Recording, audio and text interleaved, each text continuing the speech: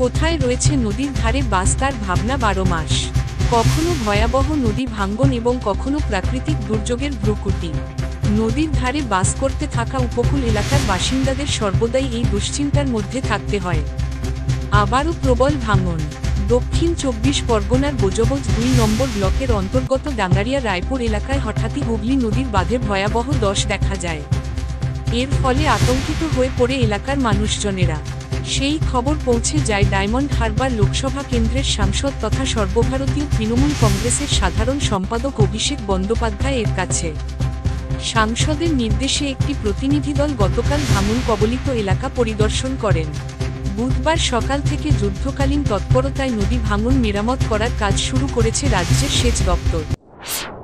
আজ 10:30 পৌনে 11টার সময় খবর পেলাম কালকে হালকা করে রায়পুর বাঁধের চির ধরেছিল, তার জন্য একটা ইরিগেশন ডিপার্টমেন্টকে আমি একটা পঞ্চায়েত সমিতির এতে আমার একটা চিঠি করে দিতে বলেছিল, আমি করে দিয়েছি।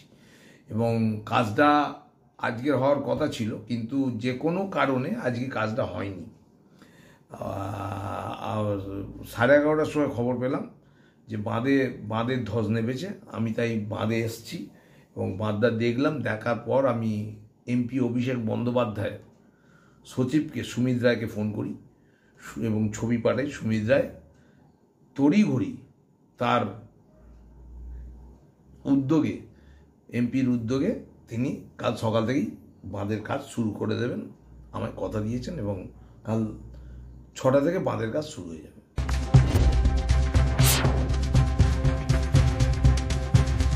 বোজবজ 2 নম্বর ব্লকের পঞ্চায়েত সমিতির সভাপতি বুচান ব্যানার্জি তিনি জানান, বেশ কয়েকদিন ধরে রায়পুর এলাকার কাছে নদীর বাঁধে দশ দেখা দিচ্ছিল।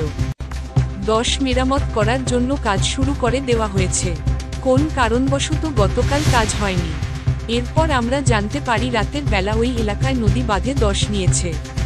এই খবর পাওয়া মাত্রই ঘটনাস্থলে তড়িঘড়ি ছুটে যাই আমি।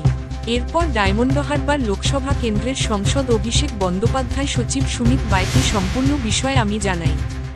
সেই খবর পাওয়া মাত্রই ডায়মন্ড হারবার লোকসভা কেন্দ্রের সাংসদ অভিষেক বন্দ্যোপাধ্যায়ের নির্দেশে জোর কদমে শুরু হয়েছে বাঁধ মেরামতের কাজ।